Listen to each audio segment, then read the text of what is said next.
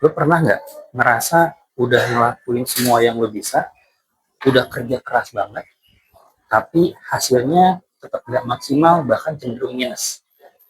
Jujur aja, gue pernah ada di posisi kayak gitu. Dan yang ngubah semuanya bukan skill yang benar-benar baru, bukan juga modal yang gede-gede banget, tapi justru cara gue mengelola leverage. Hai, kenalin, gue Irfan, gue owner dan juga founder dari sebuah digital agency yang bernama Dioptiva, digital agency by virtual assistants. Dioptiva ini ada karena kebutuhan gue sebagai virtual assistants mengharuskan gue untuk leverage skill dan service yang gue punya supaya bisa menghandle lebih banyak lagi klien. Tapi kemudian banyak yang nanya ke gue, Van, gimana sih caranya bisa kerja fleksibel tapi tetap menghasilkan? Bahkan bisa menjadikan ini sebagai penghasilan utama. Gue kayaknya pengen merangkum melalui video ini, karena jawabannya selalu kembali ke tiga hal, yaitu AI, digital marketing, dan juga remote working. Yang pertama, AI, kita tahu bahwa sekarang memang eranya artificial intelligence, mulai dari bikin konten sampai dengan sistemisasi dan otomatisasi itu sudah menggunakan AI.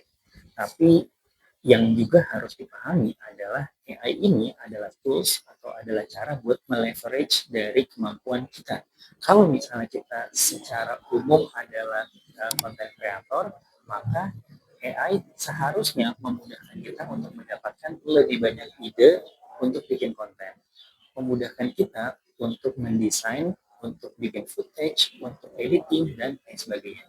Begitu pula kalau misalnya kita project manager, data analis, admin, dan lain sebagainya, AI harusnya memudahkan kita mempercepat pekerjaan yang tadinya kita butuh waktu mungkin sekitar 1-2 hari bisa dikerjakan hanya dalam hitungan jam. Jadi poinnya adalah AI ini bukan tentang apa dia akan menggantikan kita atau tidak, tapi lebih kepada bagaimana caranya tools ini bisa meleverage dan mempercepat pekerjaan kita menjadi lebih efektif, efisien, dan juga tepat sasaran. Yang kedua, soal digital marketing.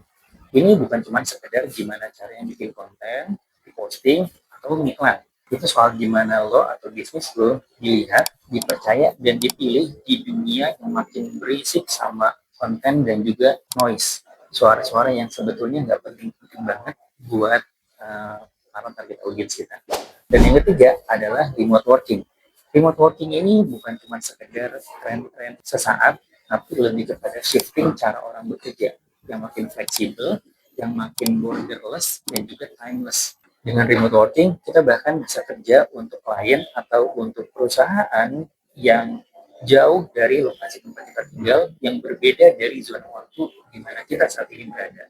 Kalau lo belum posisiin diri lo untuk terbiasa dengan pola kerja yang seperti ini, hati-hati, lo bakal ketinggalan. Oke, pertanyaan selanjutnya, channel ini buat siapa sih?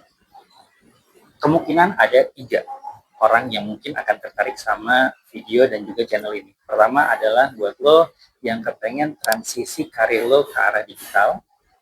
Yang kedua, buat pebisnis, owner UMKM, startup founder, dan lain sebagainya yang pengen leverage bisnisnya, pengen scale up bisnisnya, dan pengen tahu gimana caranya menggunakan AI untuk scale up bisnisnya berdasarkan pengalaman dan juga experience gue dan tim.